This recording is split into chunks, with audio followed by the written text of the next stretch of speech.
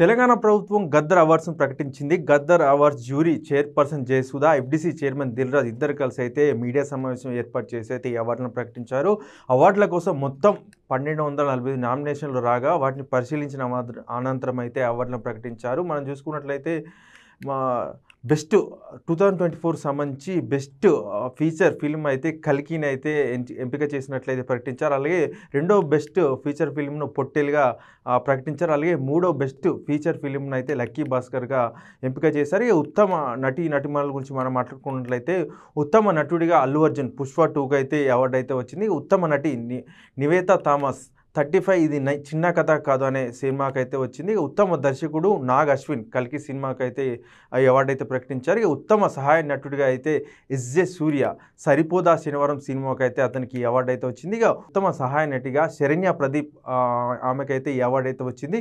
Ambajipeta marriage band సినిమాకు గాను ఈ అవార్డు అయితే ప్రకటించారు. ఇక ఉత్తమ సంగీత దర్శకుడిగా భీమ్స్ను అయితే ఎంపిక చేశారు. రజాకర్ సినిమాకు గాను భీమ్స్కు ఉత్తమ సంగీత దర్శకుడు అయితే అవార్డు అయితే వచ్చింది. ఉత్తమ నేపథ్య గాయకుడు సిద్ శ్రీరామ్ ఊరి పేరు భైరవ్ అన్న సినిమాకి అయితే ఆయనకి ఈ అవార్డు వచ్చింది. ఉత్తమ నేపథ్య గాయని శ్రేయా ఘోషల్ పుష్ప 2కి అయితే ఈ అవార్డు వచ్చింది.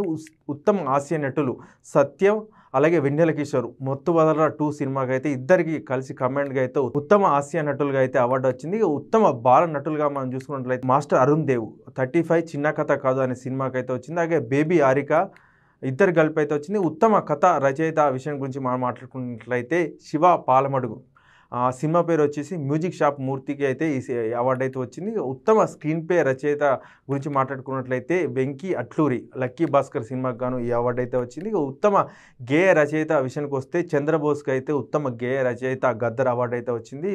రాజు యాదవ్ సినిమాకి గాను ఈ అవార్డు అయితే వచ్చింది. ఉత్తమ సినిమాటోగ్రాఫర్ విషయానికి వస్తే విశ్వనాథ్ రెడ్డి గామి సినిమాకి గాను ఈ అవార్డు అయితే వచ్చింది. సో మొత్తానికి మనం చూసుకోవచ్చు 14 సంవత్సరాల తర్వాత అయితే తెలంగాణలో అయితే సినిమా అవార్డులు రానున్నాయి. మనం చూసుకోవచ్చు గతంలో అయితే నంది అవార్డుల పేరున అయితే ప్రతి సంవత్సరం కూడా మా ఉత్తమ పర్ఫార్మెన్స్ చేసిన వారికి అయితే ఈ అవార్డులు ఇచ్చేవారు. అతయితే 2014 తర్వాత 2 రాష్ట్రాలు విడిపోయిన తర్వాత అప్పటి నుంచి అయితే నంది అవార్డు ఇవ్వలేదు. తాజాగా అంటే కాంగ్రెస్ ప్రభుత్వం అధికారంలోకి రాగానే నంది అవార్డుల పేరును గద్దర్ అవార్డులుగా మార్చి తాజాగా అయితే అంటే ఎవరైతే అవార్డు విన్నర్లు ఉన్నారో వారిని అయితే జ్యూరీ అంటే Gaddar awards jury chairperson Jayasudha అలాగే ఎఫ్డీసీ చైర్మన్ దిల్రాజ్ ఇద్దరు కలిసి అయితే మీడియా సమావేశం ఏర్పాటు చేసి అయితే జాబితాను విడుదల చేశారు.